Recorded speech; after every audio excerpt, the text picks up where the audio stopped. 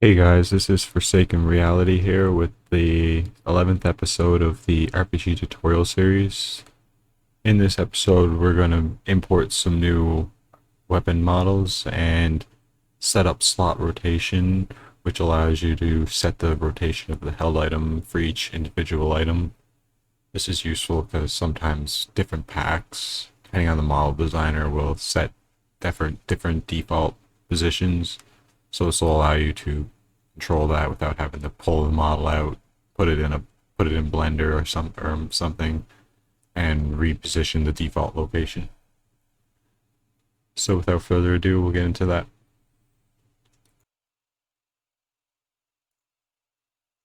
So the first thing we're gonna do is head to our structures, and in our socket details we're going to create a few new variables for the rotators. So I'll create 6 new variables for each socket I have, and I'll name these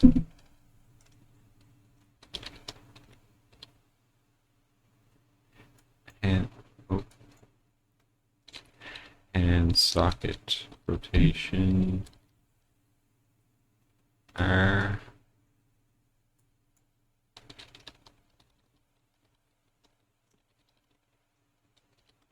and socket rotation L, back socket,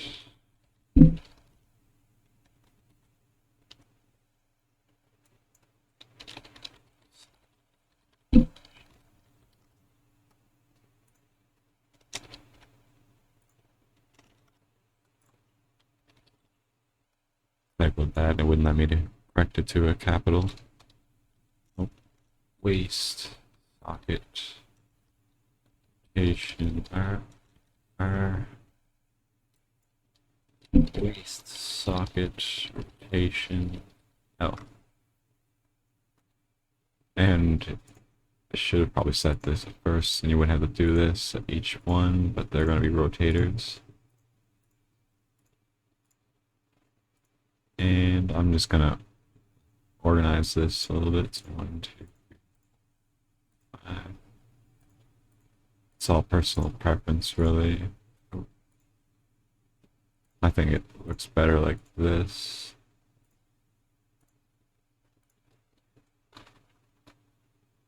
So now it's the each socket's name and rotation. So now in our item data table, we have I'll go to the data table itself. For each weapon, now we go to socket details, and we have each of these. And the 0 is just default. It'll just leave it at whatever it is if you don't need to change it. Okay, so next we're going to open up our character blueprint. And we're gonna look for our pickup.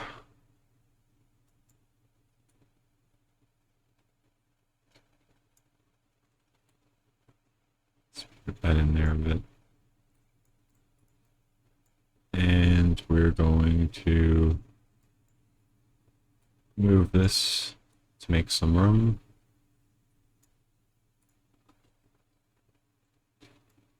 And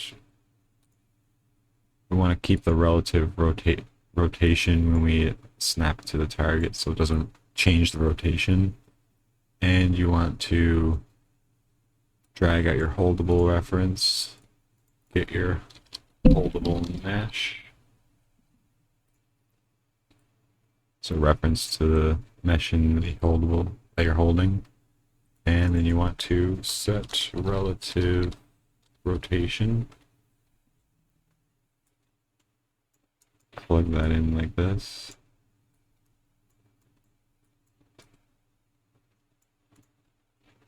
And move this out a bit, actually. Just gonna drag off here and get our item details, which is our holdable reference. Now look at the structure, and then you want to drag off this and break the item details. And And then you want to look for your socket details, break that. So now you have access to everything here. Since we are at this point, we're equipping the weapon, so we want to send the rotation to the hand R socket.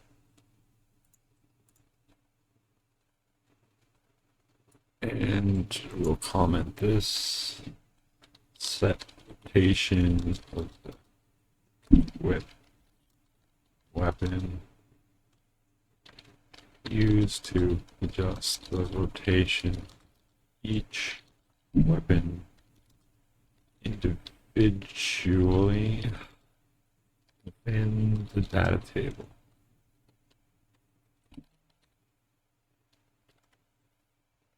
Check this off, drag this down, and make this a bit bigger. So that's should allow you to set the rotation per item. So now you want to go into your. So first, I'm just going to test this. So that's what it looks like normally. Just testing that it works.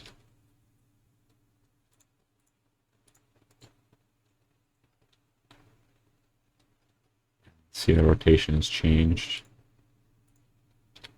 And that'll be useful for when you add in new items. So now we're going to add in some new items for testing.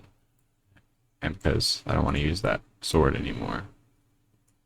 So I want to search our vault. And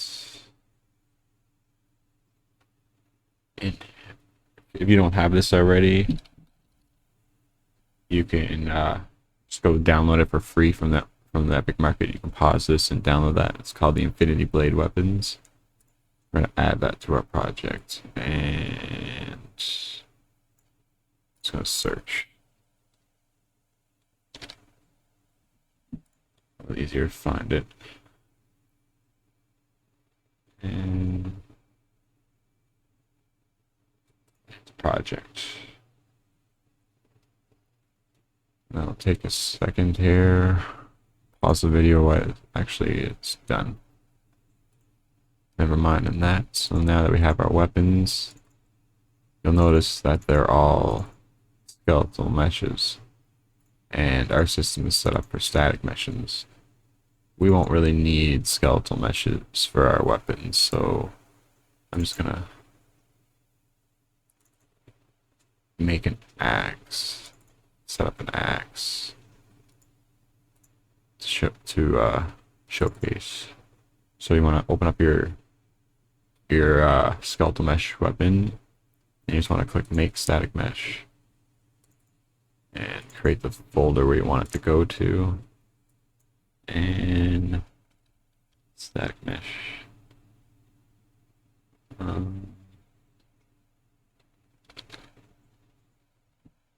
And just save that, and there we go, static mesh. Now when you do that, you'll be missing your collision settings. So if you show all your simple collision, there's nothing there. So you want to go to your collision, add box, simplify collision. It just creates your collision. So now we have an axe.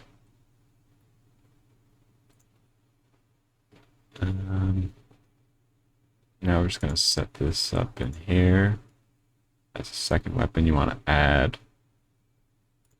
And I'm just going to quickly name it. Type. Just going to make a sword because it's a weapon, or a melee, one-handed melee weapon. Probably make some more categories specifically for axes and stuff in the future. For now, that'll work. Melee stance. We don't have a holdable yet.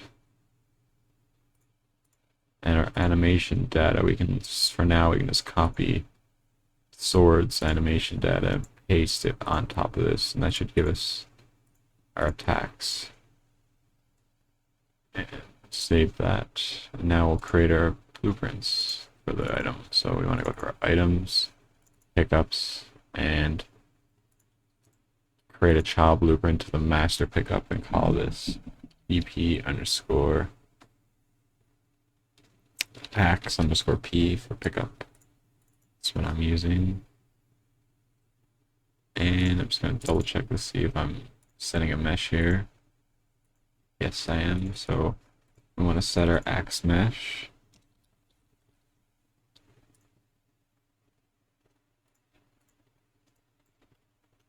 And I'm just going to rotate it in here because when you put your ax in the world right now, it will show up like this. So I want to rotate it 90 degrees, 90 degrees this way.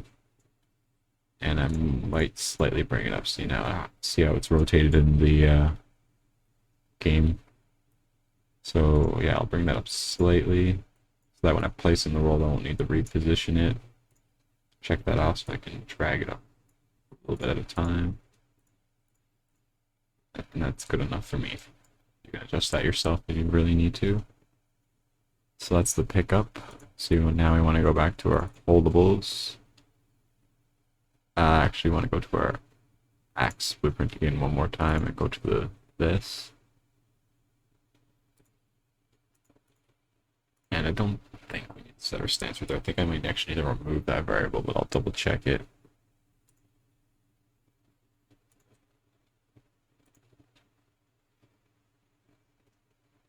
I'm going to double check, and I'm either going to remove this or not. I think we're just using it once before we set the holdable. That's why I have this here. So now we want our holdable BP. So we'll create a child of this. Call it BP ax. And I'm just gonna rename this to weapon underscore ax1 and weapon underscore ax1. So that will grab the item ID and all the information to fill this data table in the constructs the pairs where it gets that and fills the data to sets the items from the item ID. You didn't remember that? Now we can go set our holdable BP to the ax. And that should be it for setting up the pickups for this ax. I'm gonna test it out, and no.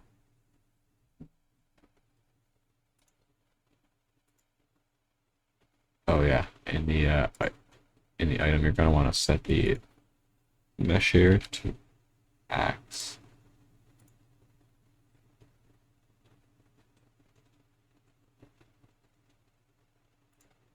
And that should display the ax, but it's, yeah. And you're also going to want to put the slot in. So weapon socket.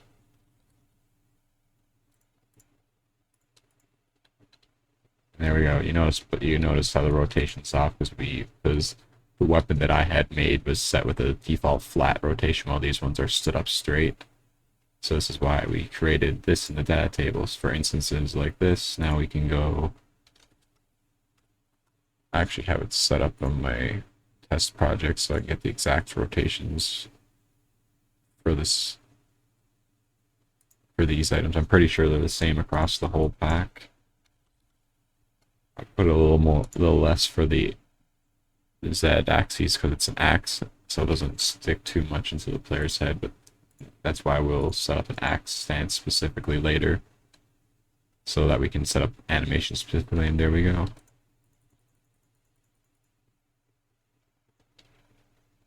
Now we have ax animations.